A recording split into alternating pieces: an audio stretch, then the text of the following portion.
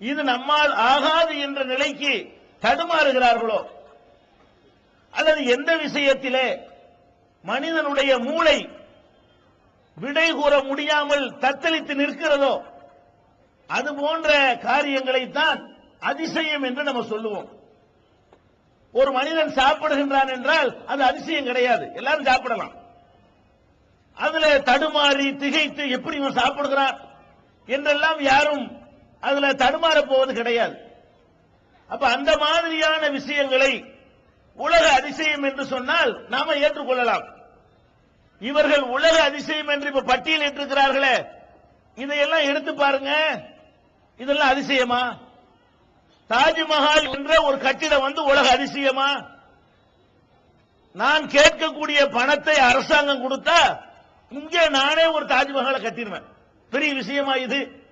அதுக்கு செலவழிக்க வேண்டிய விஷயத்துக்கு யாராவது பணத்தை கொடுத்தாங்கன்னு சொன்னா அதுக்குரிய ஆட்களை வைத்து தாஜ்மஹாலை விட சிறப்பாகவும், தாஜ்மஹால் கட்டுவதற்கு எடுத்துக்கொண்ட காலகட்டத்தை விட குறைந்த காலகட்டத்திலையும் குறைந்த ஆட்களை வச்சு, இன்னைக்கு எல்லாம் எந்திரம், குறைந்த ஆட்களை வைத்து சிறப்பா கட்ட முடியுமா? முடியாதா?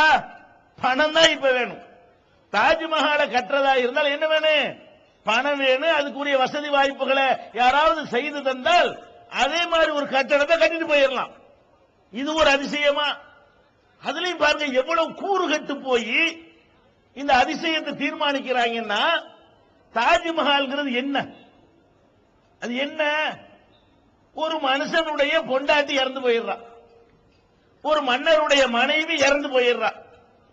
இறந்து போனா அவளுக்கு நினைவு சின்னம் எழுப்புறாரு மன்னர். யார் வீட்டு காசுல? நம்ம காசுல, மக்களுடைய வரிப்பணத்துல.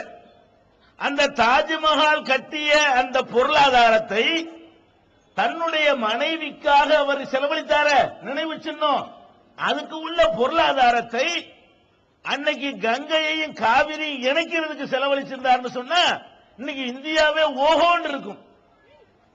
இந்த தண்ணி பிரச்சனை விவகாரம்லாம் தீர்ந்திருக்கும். அவ்வளவு பெரிய பொருளாதாரத்தையும் லட்சக்கணக்கான மக்களுடைய மனித உழைப்புகளையும் பாழாக்கி ஒரு சமாதிக்கு ஒரு மன்னன் செலவழித்திருக்கிறான் என்று சொன்னால் அது இந்த நாட்டினுடைய அவலத்தை படம் பிடித்து காட்டுமா? அது ஒரு சாதனையா? அது ஒரு அதிசயமா? என்ன இவர்கள் அதிசயத்துக்கு என்ன அளவுகள் வைத்திருக்கிறார்கள்? ஒண்ணுமே புரியல. இது என்ன அதிசயம்? அந்த இடத்துல நிக்கிறா அதிசயம் சொல்லு.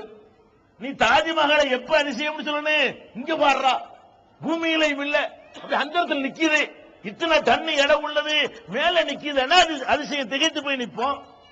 இது தரையில நிக்கிறது அதிசயமா? சீனாவுல உள்ள ஒரு பெரிய செவர் இருக்குதான், அது அதிசயம். பெரிய உலகத்திலே பெரிய செவர்னு சொல்லிட்டு போகலாமே தவிர அது அதிசயமா? அதே தொகை என்னிடத்தில் இருந்தால் நான் அது மாதிரி 7 சுவர் கட்டுவேனே. காசு இருந்தா அதை கட்டுறது ஒரு பெரிய விஷயமா?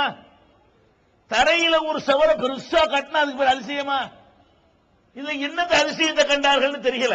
ஓட்டெடுப்பு சிலை, இது அதிசயம். அது மாதிரி சிலையை அமைக்க முடியாதா?